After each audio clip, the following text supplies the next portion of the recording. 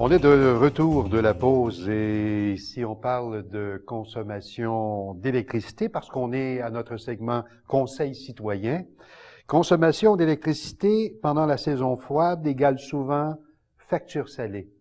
Et on a avec nous M. Sylvain Lafrenière de l'ACEF du Nord de Montréal.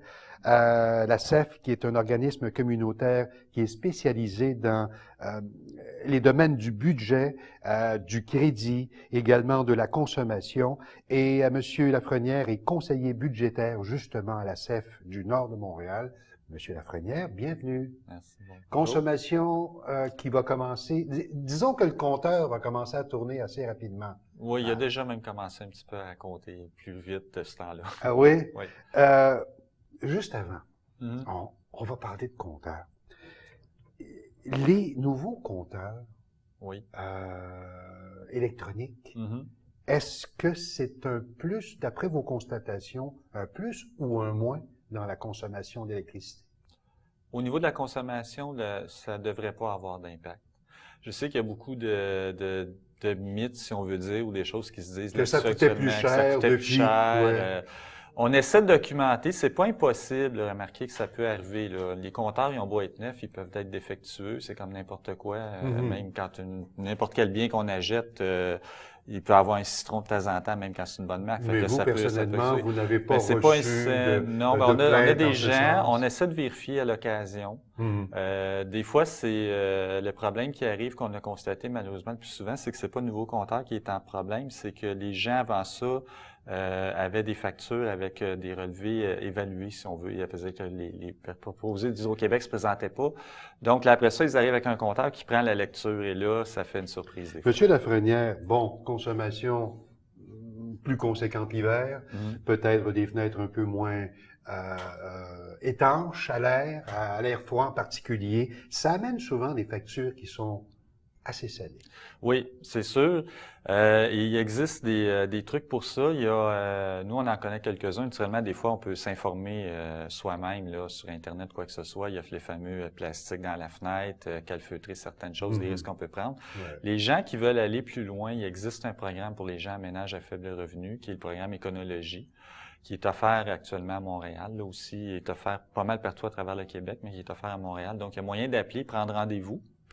Et vous avez la visite de 2 personnes. Une personne va vous donner des conseils, puis pendant ce temps-là, l'autre personne va installer des petits de calfeutrage, puis vous montrer comment le faire comme faut.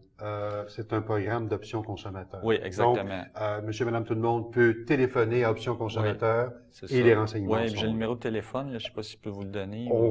Allez-y. Bon, c'est 514-798-0541, puis c'est le poste 401. En plus, on a en plus le poste.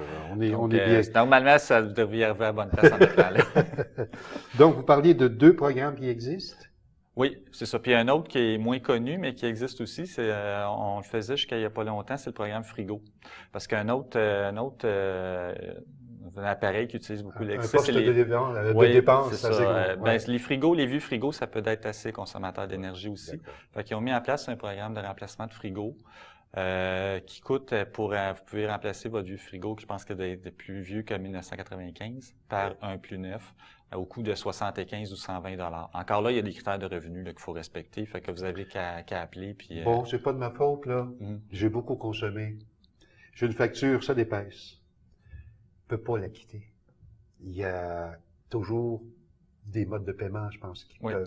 La première étape pour essayer d'éviter l'endettement au niveau, nous, ce qu'on conseille, c'est pas pour tout le monde, mais c'est de prendre ce qu'on appelle le mode de versement égaux. Oui.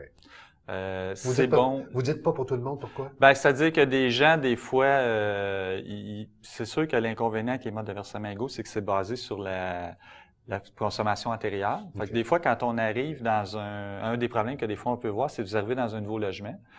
Puis là, vous savez pas vraiment l'historique de la personne qui était avant vous, si elle consommait beaucoup d'électricité ou pas. Fait que là, vous allez avoir cet arriérage-là en arrière pendant un certain temps. Fait que des fois, il y a des périodes d'ajustement. Si vous consommez moins d'électricité que la personne avant, vous allez peut-être payer plus cher pendant un certain temps. Ça va s'ajuster éventuellement, mais ça prend des fois un délai.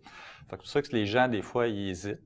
Mais c'est sûr que nous, quand on veut planifier un budget, c'est plus simple d'avoir payé tout le temps la même chose à chaque mois, plutôt qu'à d'attendre les factures d'hiver qui, là, surprennent, puis là, on n'a pas l'argent pour, puis ça crée des déséquilibres. Fait que ça, c'est une première étape pour aider à équilibrer le budget.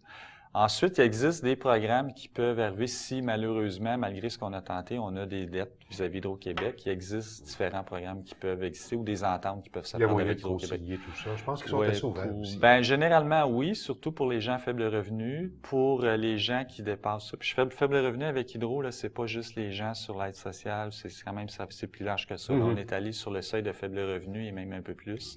Donc, ça concerne quand même des gens qui peuvent gagner jusqu'à 20 000 Faible revenu, par curiosité, on chiffre à combien?